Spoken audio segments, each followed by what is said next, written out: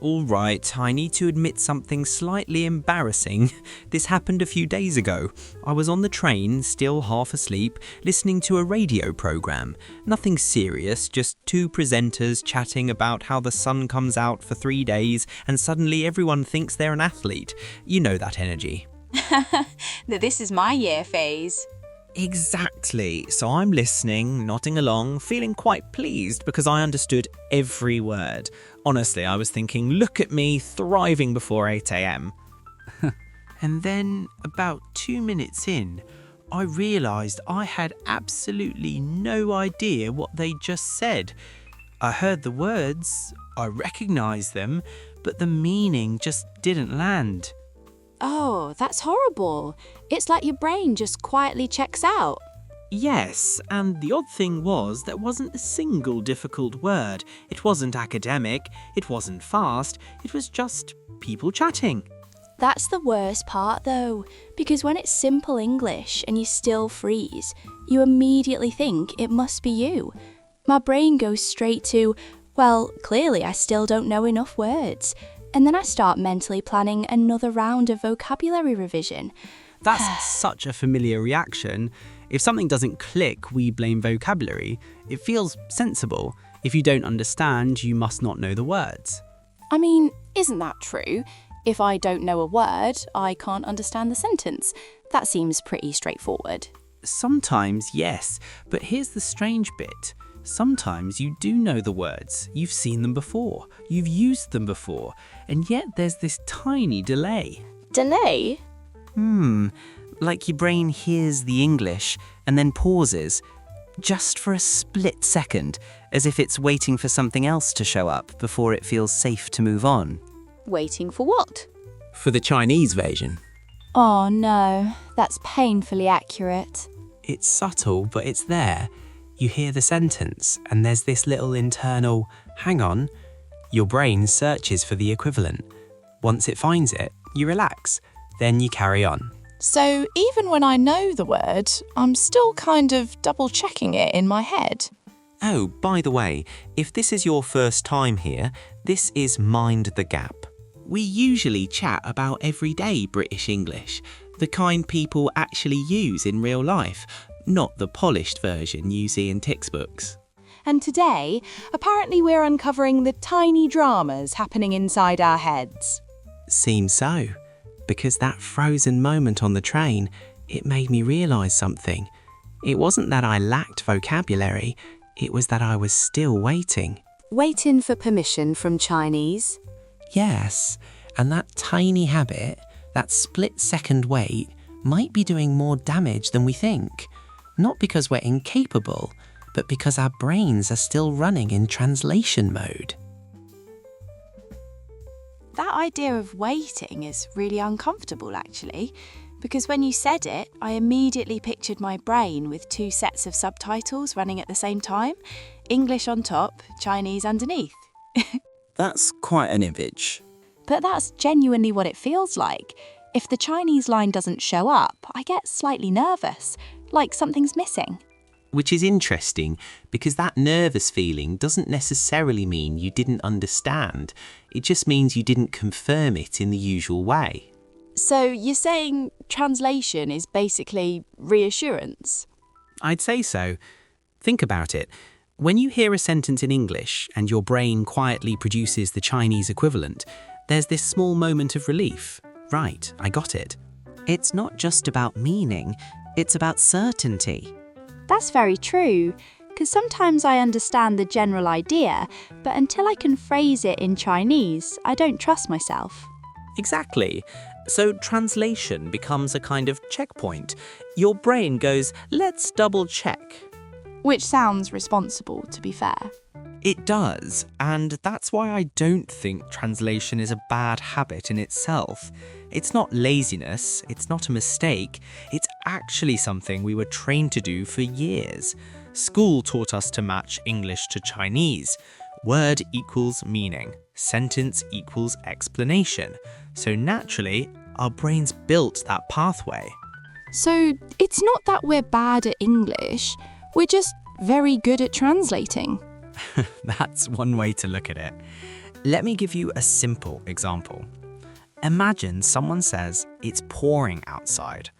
If your first reaction is the image of heavy rain hitting the pavement, you've understood it directly. But if your brain goes pouring, 倾盆大雨, okay, that means it's raining heavily, and then you picture the rain. That's an extra step. And that step feels tiny, but it adds up. Exactly. In a slow conversation, maybe it doesn't matter much, but when people speak naturally, those tiny delays start stacking, and suddenly you're behind. Okay, but here's what I'm slightly worried about. If I stop translating, won't I misunderstand more? Isn't translation keeping me accurate? That's a fair concern. And sometimes, yes, translation helps clarify details. But here's the subtle difference. There's a difference between not knowing a word and not trusting your understanding. If you genuinely don't know the word, of course you need to learn it. That's straightforward.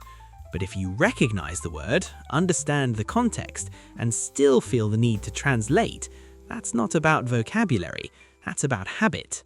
So sometimes I actually understand more than I think I do. Quite possibly. Your brain is already capable of connecting sound to meaning. It just hasn't been given much practice doing it without the middle step. That's slightly reassuring and slightly terrifying. Why terrifying? Because it means the problem isn't just learn more words. It means I might have to change how I process things. Now we're getting somewhere. Translation isn't the enemy, it's just the system we've relied on for years. The real question is, if we want to move from translation mode to something more direct, where do we even begin?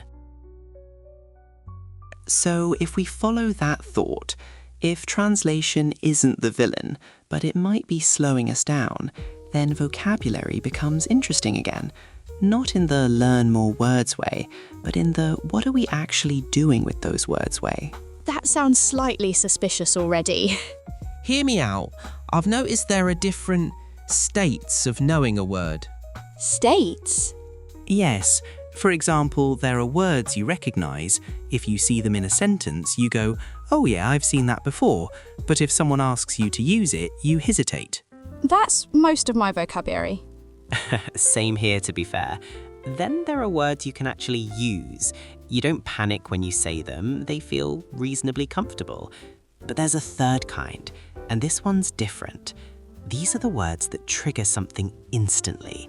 You hear them, and there's no translation, no pause, just meaning. Like what? Take the word drizzle. Light rain. 毛毛雨. See? That's translation load. I knew you were going to say that. When I hear drizzle, I don't see the word. I see grey skies. I see people pretending they don't need an umbrella but clearly getting slightly wet. I hear that soft tapping on a jacket. Okay, that's annoyingly evident. And that's the difference. The word isn't attached to Chinese in my head. It's attached to a scene. So when I immediately said light rain, I added an extra layer. Exactly. And again, it's not wrong. It's just slower. All right, what about something less poetic, like commute? Good one. What pops into your head? 通勤，上班路上。 And for me, it's the 7:42 train. It's standing with a coffee you didn't have time to finish. It's checking your phone and pretending you're productive. That's painfully specific. Because the word has lived in those situations for years, so it no longer needs translation. So, the goal isn't just to know the meaning, it's to build experiences around the word. That's a lovely way to put it. Yes, words become fast when they're tied to memory, not when they're tied to definitions. But here's my practical worry. In school, we're told to write the Chinese meaning next to every new word.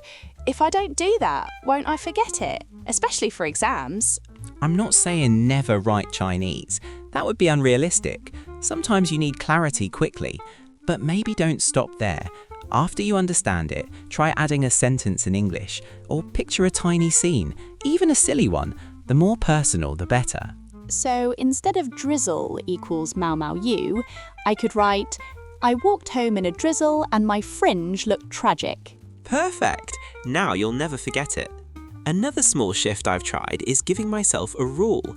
If I learn a new word, I have to use it at least 3 times within 24 hours, out loud if possible. That sounds slightly intense. It's actually freeing, because the word stops being something in a notebook. It becomes part of your life. So vocabulary isn't just about quantity, it's about how quickly your brain reacts. That's about it. You can know thousands of words and still translate every single one, or you can know fewer, but they respond instantly. Which explains why sometimes people with smaller vocabulary sound more fluent.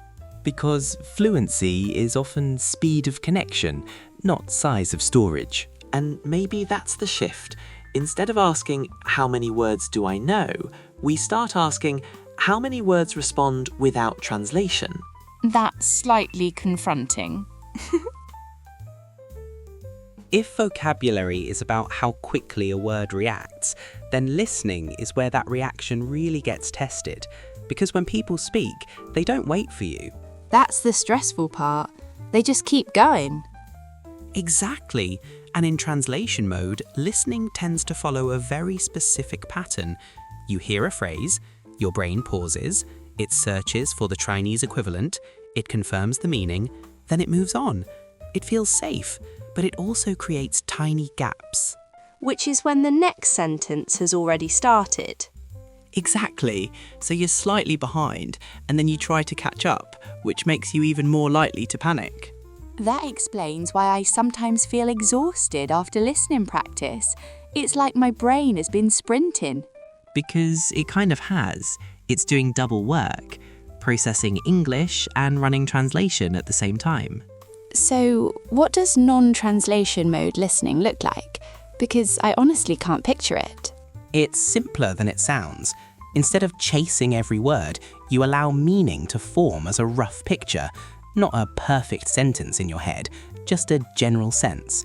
Imagine someone says, I nearly missed my train because I overslept. In translation mode, you might go word by word.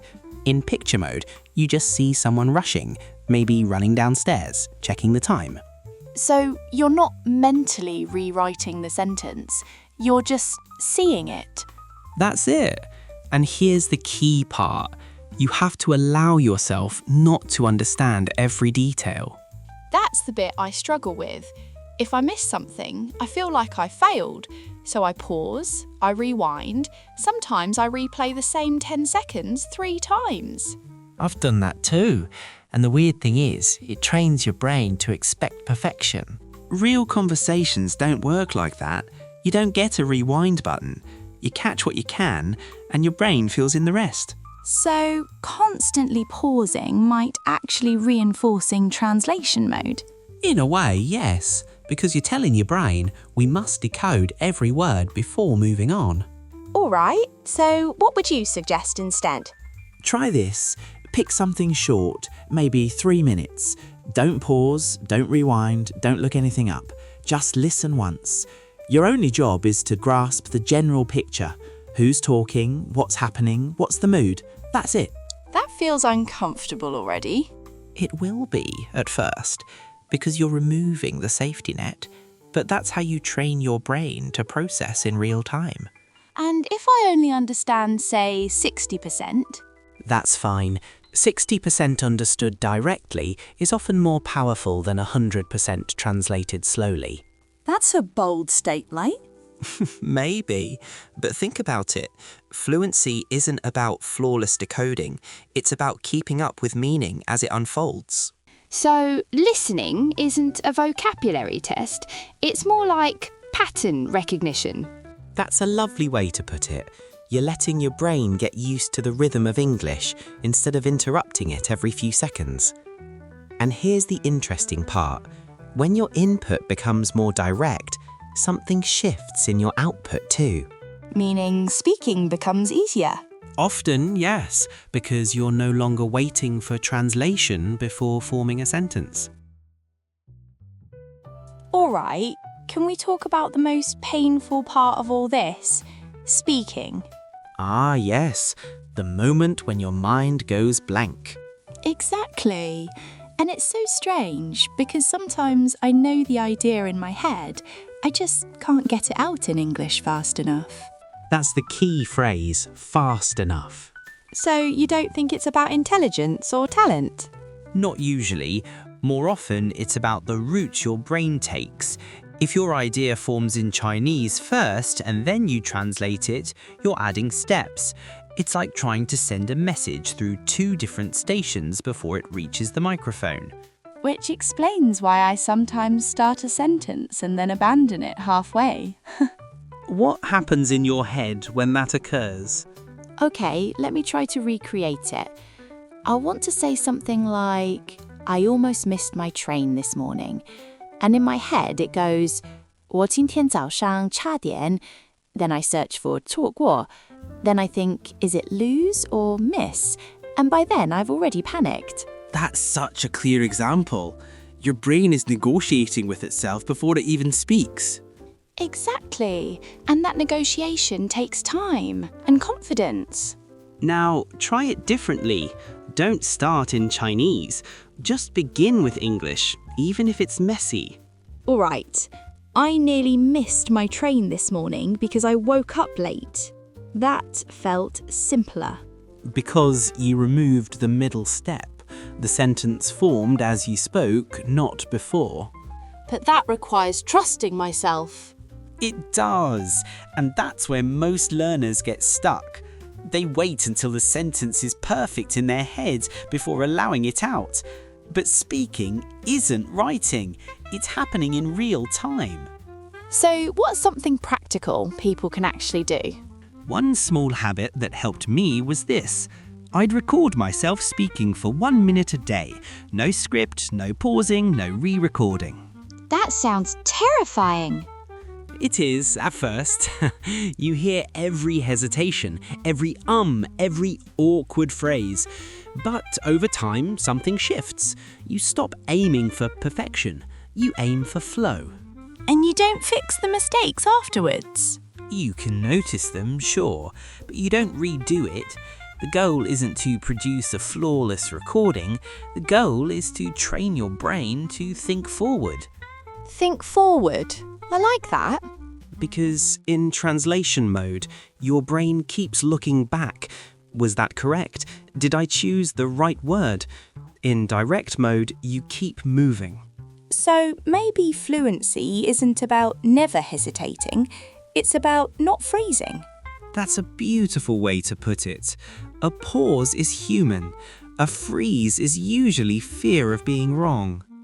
And that fear often comes from wanting the perfect translation in my head first. Exactly. So when input becomes more direct and vocabulary becomes more image-based, speaking starts to loosen up. You're no longer waiting for permission from Chinese. You're building the sentence as you go. Which feels slightly chaotic, but also more alive. And that's the shift, not from silence to perfection, but from translation to motion. So after all this, how do you actually know it's working? You mean, how do you know you've started thinking in English? Yes. Is there a moment where something clicks and suddenly everything feels different? I wish I could say yes. It would be very dramatic. But honestly, it's usually much quieter than that. One sign is this. You're listening to something, and instead of mentally rewriting it in Chinese, you just see it. Not perfectly, not every word, but enough that you stay with the speaker. So it's more about staying with the flow than catching every detail. Exactly. Another sign is when you get stuck while speaking, and instead of panicking and searching for the Chinese equivalent, you just rephrase. You might simplify the sentence, or choose an easier word, but you keep going. That actually feels more realistic, because I don't see myself suddenly becoming this perfectly fluent person overnight. And you don't need to. Thinking in English isn't a new personality, it's just a slightly different processing habit. there's also this subtle shift when you learn a new word, and instead of immediately asking, what does it mean in Chinese, you wonder, where would I use this? That's interesting. The question itself changes. Exactly. And maybe the biggest sign is this. You don't feel the need to prove to yourself that you understood. You just move on. That sounds freeing. It is, because the constant checking is tiring. When you stop checking every second, listening and speaking feel lighter. So there isn't one big breakthrough, it's more like small moments adding up. That's about it. One day you realize you followed a whole story without translating it, or you finished a sentence without rehearsing it first, and it feels normal. Not dramatic, just easier. I like that. Easier sounds achievable. That's the point. This isn't about becoming someone else. It's about reducing the extra steps your brain doesn't actually need. So maybe next time I freeze, instead of thinking I'm bad at English, I can ask, am I just waiting again? That's a much kinder question. And probably a more useful one. If you found this helpful, don't forget to follow the show and share it with someone who's also trying to stop translating in their head. We'll see you next week. See you next week. Bye.